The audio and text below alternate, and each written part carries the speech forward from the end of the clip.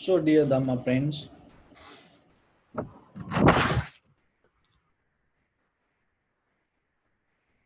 in day-to-day life, we all look for happiness and satisfaction. So, and the freedom. So, looking for happiness, satisfaction, freedom, and to get out of the sorrow, we do actions. So, there are three kind of actions: bodily action, verbal action, mental actions. So, the very purpose of your doing, as I mentioned, to get out of the sorrow, worry, fear, unhappiness, like that. And also you look for the freedom or the happiness. So then if you look very carefully, whatever the action you do, because when it comes to action, so it's the moment of acting, present moment of acting is your action. You cannot do anything, go to past or the future. In this very moment, whatever you do bodily, verbally or mentally, that is your action. So, in this very moment, whatever you do, if that action bound to something as a culture, tradition, patterns, or if whatever you do with your bodily, verbally and mentally action has a connection to something, it is not an action. Because the action itself, so what you're doing in this very moment, it cannot bound to something. So then, name of the living in day-to-day life, so whatever the things you do morning to night, if it is a part of something, that what you're doing is not a real action. Because it bound by something. So then it become a kind of reaction or repetition. So when it comes to reaction or the repetition, that action cannot find your purpose. So that's why mostly whatever we do, whatever the actions we do, even though we have the purpose to find the happiness, the most of the actions in our life end up with the sorrow, unhappiness, fear, unsatisfaction. So how it is possible? Because your intention was to find the happiness, satisfaction, freedom. And you did all the action thinking about that, and why you end up with losing the freedom, becoming unhappy and with the sorrow. Because even though you had the intention to find the happiness or the freedom, you did not the action. You did something related to another somebody's idea or the culture or the tradition or the religion or something. So you use their action and then it became a reaction. And as a result of that, you lose again and again and again and again your freedom. So this is what the samsara. Because when it comes to a real action, that action cannot bring any kind of reaction. There is no reaction for that action. But mostly we do the actions and there are reactions. Cause, conditions, and effect. That's why when the enlightened masters, they do the actions, but there is no karma for them. They're not going to generate karma through their actions. How possible? Why they can do it, the same action, they don't generate any karma or reaction, but why we, whatever we do, how it is going to become cause, conditions, and the effect or the related to the karma, how it can bring the result related to the karma. Why we cannot do that? Because when the enlightened masters perform their actions not bound to anything related to past or the ideas or the culture or the religion. It's just the action. But ourselves, when we do action, we do it as a part of the history or the culture or the tradition or the religion or the whatever we believe, we go with that. So see, this that the itself, that's why we cannot get out of this. So then get into that in the beginning, you cannot just cut this. And one time Buddha mentioned Pabassaramidam Bhikkhave Chitta, the newly born babies, their mind is vivid, very clear, crystal clear and shining. So see that when newly born baby, that child is not bound to any culture, tradition, or the believing or following. So whatever the child, that whatever that child does, that child is free from conditions. But ourselves, even for a child, we accept it. But when the adults start to behave in a certain, why sometimes we don't accept it?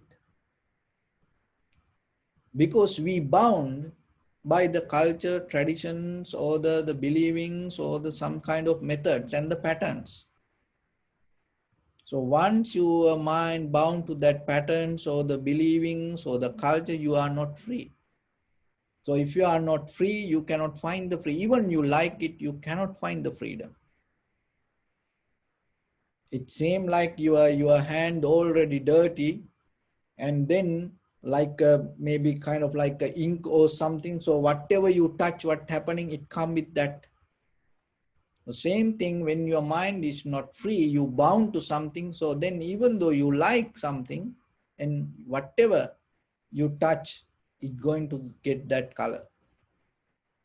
So then meditation is a way that we clean it. There is a method in the beginning, remember. So we cannot deny this everything. We cannot reject this everything. So for a conventional life, we have to accept this all. So nothing wrong with anything. But conventional life we go with the common sense. So that is very necessary. But without stuck with the common sense, can you transform yourself? Can you without holding or harboring your mind and settle down your life there? Can you little bit look forward? So to look forward, the very first thing that you have to do, you have to become free from what you bound as ideas. So the very meaning of the idea itself, not to bound, the very meaning of the idea to see. That is the Greek meaning when it comes to idea, see.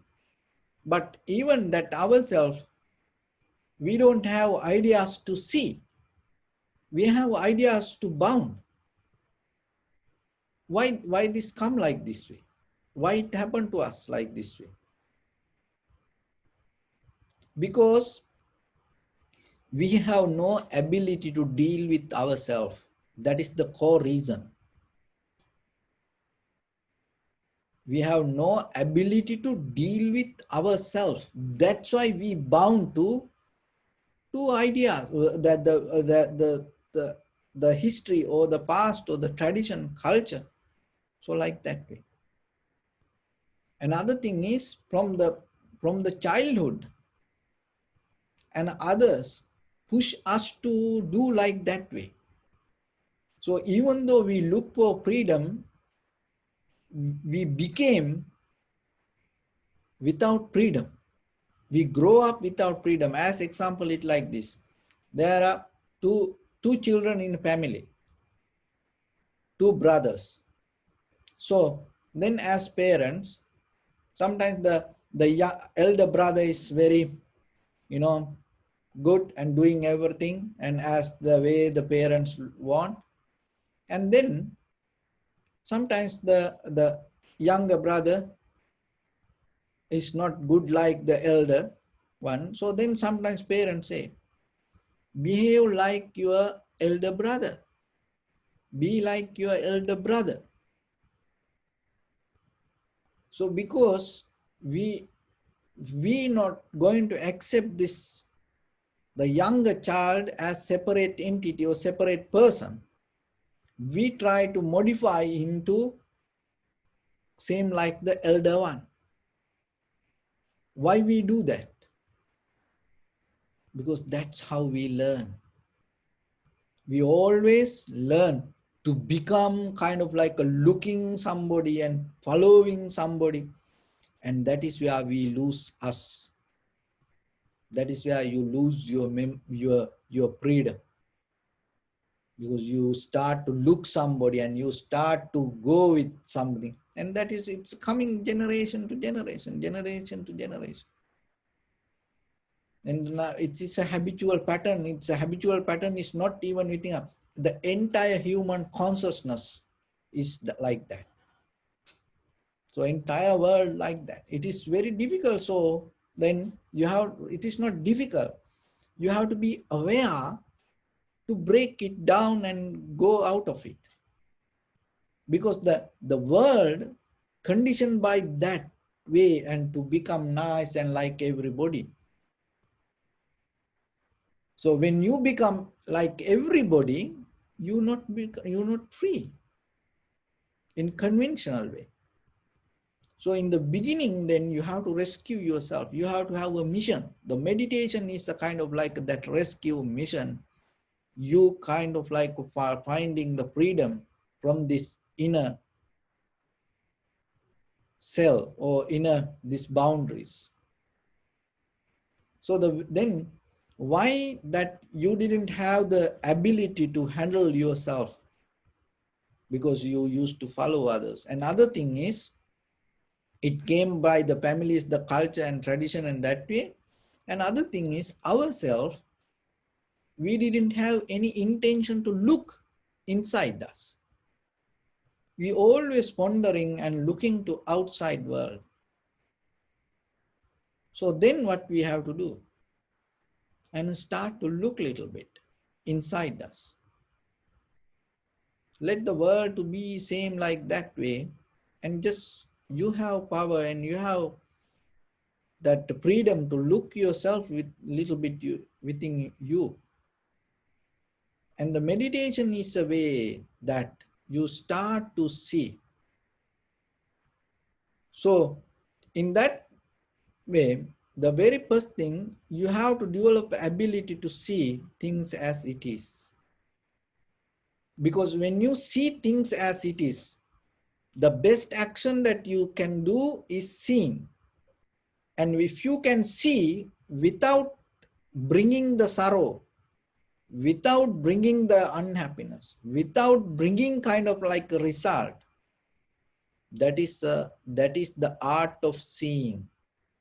Because if you see something, listen this very carefully, if you see something, anything, it doesn't matter whatever, the flower or any material, even this pen, if you see this, out of that seeing, if there is a reaction come, you didn't see the pen.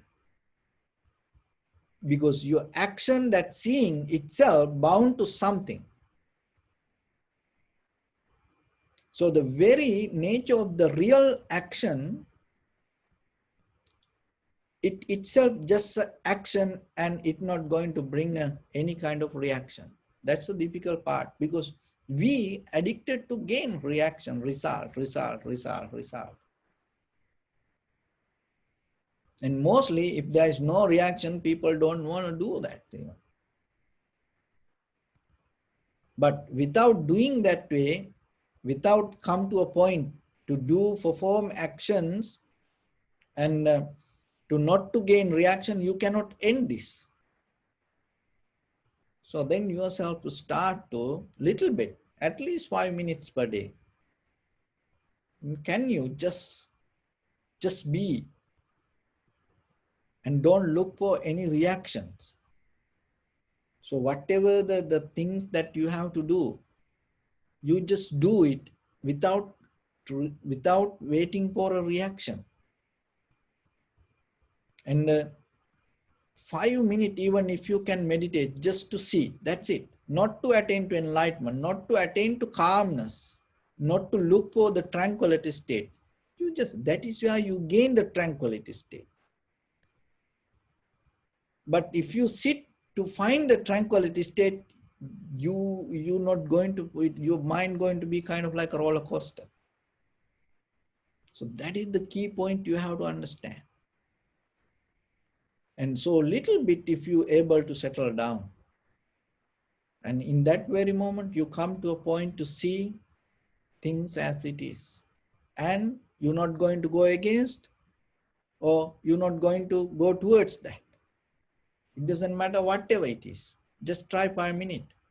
And sometimes in that 5 minutes, someday you keep doing that. Maybe that 5 minutes one day going to decide your life. But still, in that 5 minutes, stay with that, your practice. Even you die, stay with it. You're going to get the ultimate bliss of the Nibbana. You're going to get. But if you don't practice it, you don't get this art of just the seeing, just the being. And we always trying to do something to gain something, that is itself becoming. If you are go with this becoming, cause, condition and effect, it's never going to end.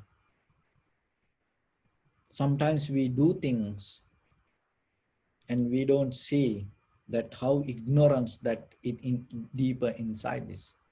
But we have the compassion, we have the intention to do, and we have the ideas, but it never going to take us to the real freedom. You look for the freedom, but you don't see. You work for it inside the prison. So that is what this journey itself keep going. So then you come to a point, you start to see things as it is. You don't interfere with it. It doesn't matter. Your husband, wife, children, friends and family, just 5 minutes. Be free from all. Be completely free, and even don't bound to whatever the repetitions. Just simply observe, simply see. Even you can see the nature, you can see whatever around you, just see. Even you can watch the TV, just see it. You don't comment, you don't go with it, and you don't talk inside you, and you're not interfering. You just see. And when you're able to get into that, once you come to that, what is happening, your mind now come to a point to act. What is that act? Seeing. That seeing not bringing any reaction. That is the real action. When the mind come to the real action, the mind become more clear and become more stronger. With that clear and a stronger mind, your seeing going to become more deep and strong and sharp. And that is where you're going to see how whatever that you observe or see, you're going to see how it come to be as it is. That is the wisdom of the vipassana. That is the end of this every sense. So we go with the common sense. It's very necessary. But there is a moment come when you really see without reacting, you come to a point, no sense. And then that is the real, you become nonsense. Nonsense means no sense. So enlightenment means no sense. So the sense means that whatever eye, ear, nose, tongue, body, mind, grasping and understanding and go with action, reaction, result. And everybody do this. When it come to that and it become, your sense become, when everybody follow, it become common sense. That is what people like. Nonsense people don't like. But the enlightened means the real nonsense. But that's mean you come to the point really that to see very clearly without disturbing to it, even your mind, without bounding to any method or the pattern or the repetition or the so anything. That is where you really experience what is the mind. And that seeing itself liberate you from your own mind. That is the beauty. But we are afraid. We don't want to do that. We don't want to do that. We like to appreciate when we go with the comparisons, and we like to go with others. Why? Because another thing is we have no power to stand ourselves and go with it. We like the comments. We like validations from others. We like the opinions from others. What does that mean? You are in the samsara. You go with the common sense. So that is why we cannot get into the freedom, or we cannot get into the happiness, that's why whatever we do, we going to end up with the sorrow. That's why. So try yourself, 5 minutes. It's a beautiful way that you can experience your life. But sometimes the fear can come, but still if you keep going with the practice, little by little, you come to a point, simply just you see. You without choice, you be aware. And that is the real power of your mind, seeing without conditions. Simply seeing without depending from anything. Just try. There was a king. In that kingdom, then suddenly that had a news. There was a rain going to come. If anybody drink this rainy water, that person going to become mad. And then, so the king was ready. See, king determined, I am not going to drink this. And then some people, then they had the organizations, some people gathered, and the community sanghas, they all gathered and try little bit how it going to affect. Some are going to be monitored. So like this. And the scientists came out and with all their tools, and they're going to test this water and this. So somehow what happened, the rain came, and the king protected himself, and with the good discipline not to do that. And then what happened, all other people in the kingdom somehow start to try little bit. And the whole kingdom became crazy. and the whole kingdom became crazy, then what happened? That whole kingdom became common and normal for them, and they all going to claim the king as a mad person. And the king had no choice. What the king did? King told, bring that rainwater. And he also drank. And then he also got mad, and everybody became common. And everybody was happy. So this is what happened. Why we say somebody, when we say nonsense, it's not really that we we see that what that person tried to say or do, or why that person thinks. Mostly we say it is nonsense because it doesn't match with us. So then remember yourself, try to experience this real action. That action is seeing yourself without adding anything, just simply see, be aware. So with that, I bless upon everyone with this good practice. May all of you be well, happy and peaceful. May no harm come to you. May no difficulties come to you. May no problems come to you. May you also have the patience, courage, understanding and determination to meet and overcome inevitable difficulties in your life. During this time period, may everyone stay healthy and safe. And finally, may all of you attain supreme bliss of Nibbana. Sabbityo vajjantu sabbaroko vinasatu mate bhavatantarayo sukhi digayuko bhava.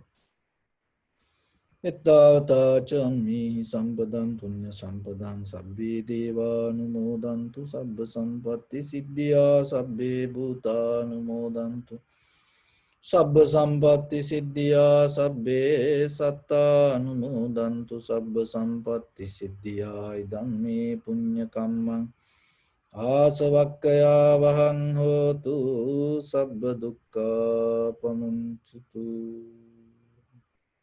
Bless you.